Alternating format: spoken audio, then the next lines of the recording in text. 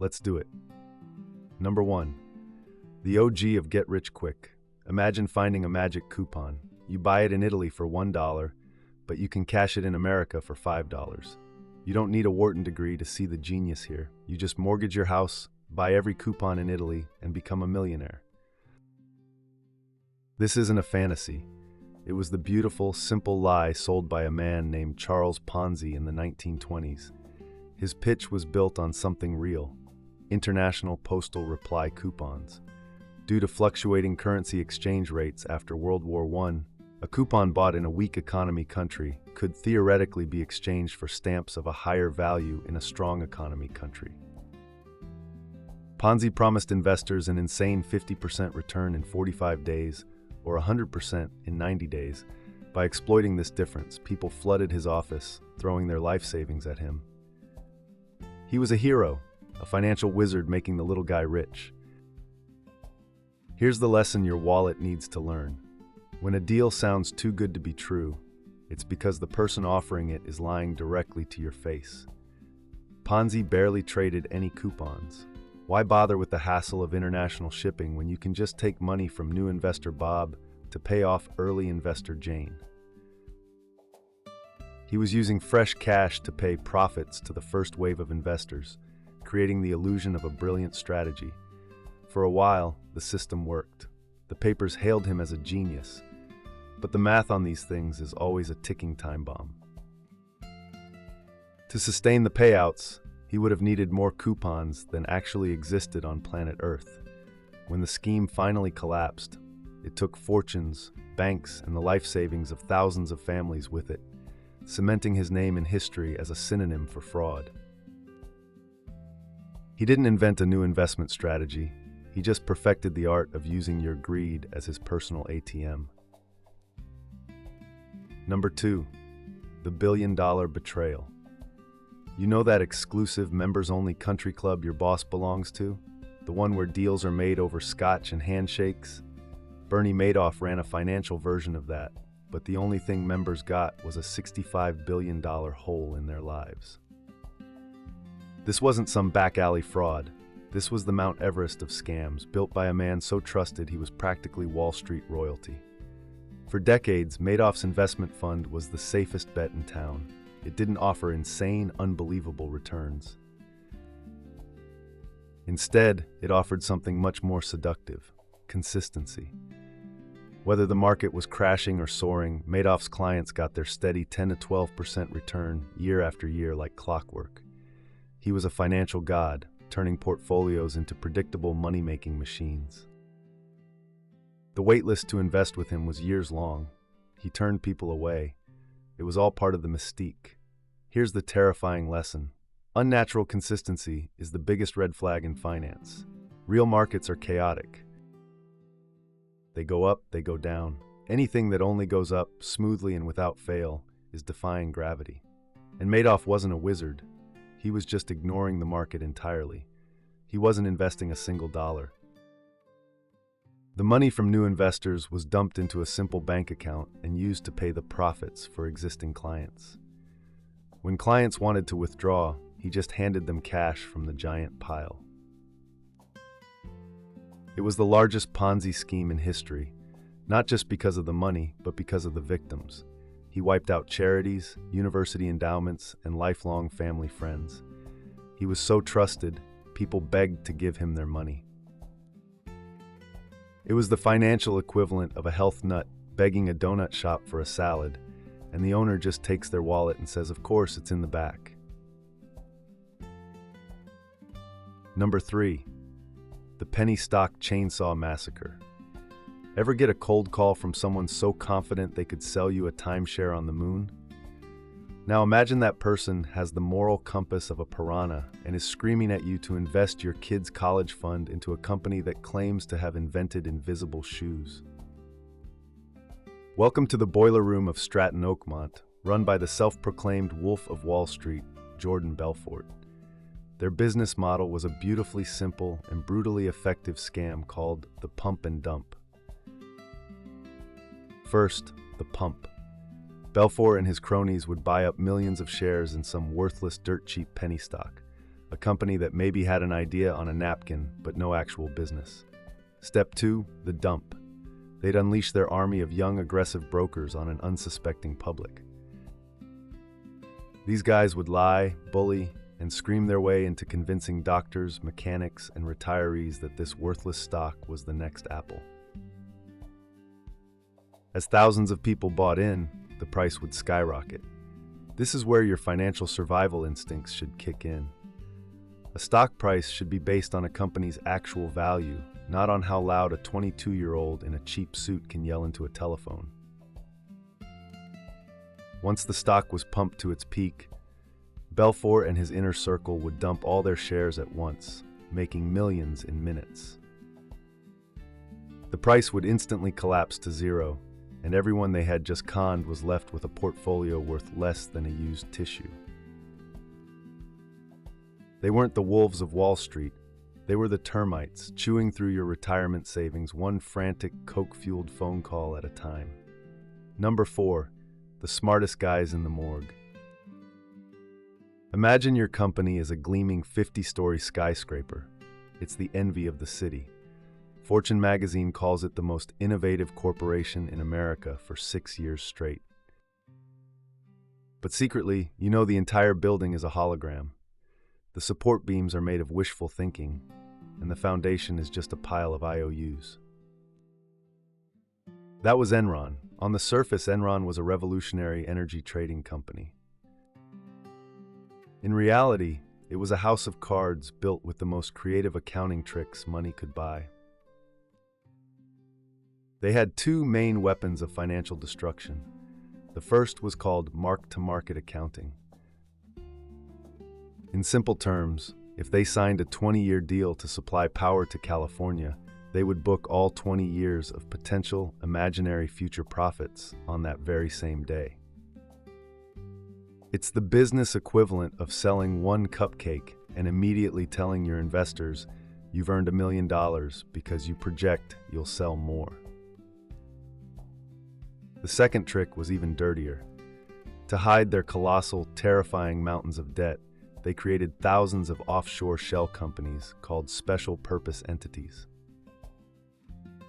They just shovel all their bad deals and catastrophic losses into these corporate black holes, keeping their own books looking squeaky clean.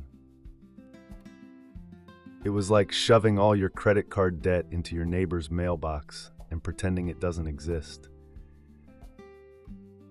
For a while, the illusion held. The stock soared. The executives were treated like rock stars. But an empire built on lies has the structural integrity of wet toilet paper. When one lie was exposed, the entire thing disintegrated, vaporizing $74 billion in shareholder value and the life savings of thousands of its own employees. Number 5, the ZZZ best way to go to prison. What's the most boring, unglamorous business you can imagine? For my money, it's carpet cleaning. It's a tough business to make sexy, unless that is you're Barry Minkow, a charismatic teenage CEO who built a $200 million carpet cleaning empire in the 1980s with one tiny insignificant flaw. It wasn't real. Minkow was a media darling, the ultimate wonderkind. He started ZZZ Best in his parents' garage while still in high school. The company went public, the stock went ballistic, and Wall Street fell in love with this kid, who was supposedly revolutionizing the cleaning industry. He was on talk shows, in magazines, the whole 9 yards. The problem was that over 85% of his company's revenue was coming from a part of the business that existed only on paper. The financial lesson here is that a good story can be more powerful than a balance sheet, at least for a while. Minkow claimed his biggest moneymaker was insurance restoration, massive multi-million-dollar contracts to clean and repair buildings after fires and floods. He faked thousands of documents. When auditors wanted to inspect a job site, he'd rent an office building for a weekend, hire actors, and create a completely phony restoration project just to fool them. He was a con artist with the work ethic of a movie director. He built a Wall Street sensation on nothing but audacity and dirty rugs, proving that if your lie is big enough and you tell it with enough confidence, people will literally line up to throw their money at it. Number 6. His prices weren't the only thing that was insane. If you were anywhere near New York in the 1980s, you couldn't escape his face. A wild-eyed man on your TV, flailing his arms, screaming at the top of his lungs that his prices on electronics were insane! He was Crazy Eddie, and his commercials were an assault on the senses. As it turns out, his accounting practices were an assault on the law. For years, Eddie Antar's electronics empire ran a simple, effective scam: skimming. They'd take cash payments from customers, stuff the money in a shoebox, and never report it to the IRS. It was a classic, straightforward tax fraud that padded the family's pockets. But then, Eddie got greedy. He wanted to take the company public and make real Wall Street money. And to do that, you need to show skyrocketing growth. The problem was, how do you show growth when you've been hiding millions of dollars for a decade? This is where the financial crime becomes a work of demented genius. After years of secretly taking money out of the company, they started secretly putting it back in. They'd take their briefcases full of illicit cash and make fake payments for products to artificially inflate the company's sales numbers. It's called securities fraud, and it made the company look like a rocket ship to investors. They faked inventory too. They'd have workers load up pallets of VCRs and TVs and frantically drive them from one warehouse to another, just one step ahead of the auditors. So the same inventory would be counted 2 or 3 times. For years, Crazy Eddie's best-selling product wasn't the Sony Walkman. It was pure, unadulterated fiction. Number 7, the most punchable face in finance. Some scams are subtle, requiring forensic accountants to unravel. And then there are financial schemes that walk right up to you, smirk, and explain that the life-saving drug your sick child needs now costs 5,000% more. Not because it was improved, but just because they felt like it. This wasn't a scam in the traditional sense. It was Martin Shkreli's business model. In 2015, the pharma bro became the most hated man on the internet after his company acquired the rights to Daraprim, a 60-year-old drug used to treat a parasitic infection that's especially dangerous for AIDS patients. Overnight, he raised the price from $13.50 per pill to $750 per pill. He wasn't hiding anything. He was bragging about it. The financial lesson here is about the brutal exploitation of monopolies. Shkreli's strategy was to find niche, life-saving drugs with no generic competition, buy them, and then hold sick people hostage with extortionate prices. It was a masterclass in sociopathic capitalism. But here's the kicker: he didn't go to jail for the price gouging. The universe, it seems, has a deep love for irony. Shkreli was ultimately convicted and imprisoned for plain old securities fraud from his time running hedge funds. He was caught lying to his investors about how well his funds were doing and using money from one company to illegally pay off debts from another, a classic Ponzi-like shell game. He became a villain for something that was disturbingly legal, but got sent away for the same boring crimes as everyone else on this list. Number 8, bye to your life savings. You know the Backstreet Boys, you know NSYNC. They were the musical titans of the late 90s, dominating the charts and selling hundreds of millions of albums. They were built into pop culture gods by a producer named Lou Pearlman. But what the screaming fans didn't know was that Pearlman's real business wasn't making hit records. It was running one of the longest and most audacious Ponzi schemes in history, using his boy bands as the glittering bait. Pearlman's music empire was just the celebrity-filled smokescreen for his main hustle, a completely fake company called Transcontinental Airlines. For 2 decades, he sold millions of dollars in fraudulent stock for this non-existent airline. He also created a fake Employee Investment Savings Account, or EISA, promising safe, high-interest returns backed by the FDIC. Investors, many of them retirees in Florida, poured their life savings into it. Of course, it was all a lie. The stock certificates were printed on his office computer, and the ISA accounts were just a black hole for their cash. The financial lesson here is about the power of social proof. When investors got nervous, Perlman didn't show them a balance sheet. He flew them on his private jet to his Orlando recording studio. They'd watch the Backstreet Boys record a new track, or see a young Justin Timberlake rehearsing a dance routine. They were so starstruck, so convinced of Perlman's success, that their doubts melted away. He was using the very real, very public success of his bands to legitimize a completely fictional company. The new money he raised went to paying interest to early investors and funding his lavish lifestyle, not to mention launching the next wave of pop stars who would in turn lure in more victims. Number 9. The Great Canadian Gold Swindle. Picture this. You're a tiny no-name Canadian mining company called Bre-X. You buy a plot of land in the middle of the Indonesian jungle that everyone else thinks is worthless.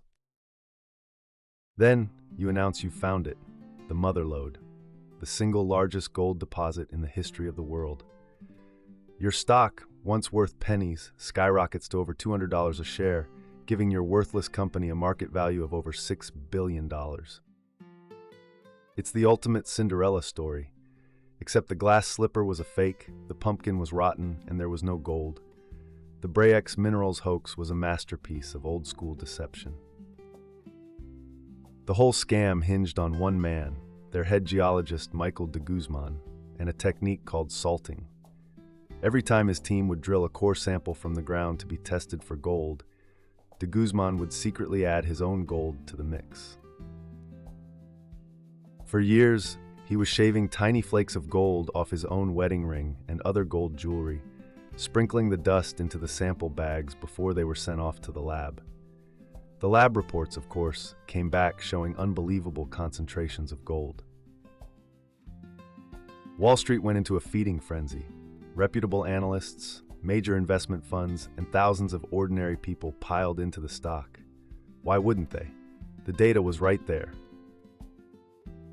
The lesson your portfolio needs to learn is that you can't trust the data if you can't trust the source. The entire multi-billion-dollar valuation was based on the integrity of one guy in a jungle with a nail file. When a major mining corporation moved in to partner with them and conduct their own independent tests, the fraud was exposed. The site contained virtually no gold. The stock evaporated in seconds, and de Guzman mysteriously fell out of a helicopter over the same jungle, leaving behind one of the most spectacular corporate collapses of all time. Basically, capitalism is just expensive trial and error. Subscribe so you don't miss the next error.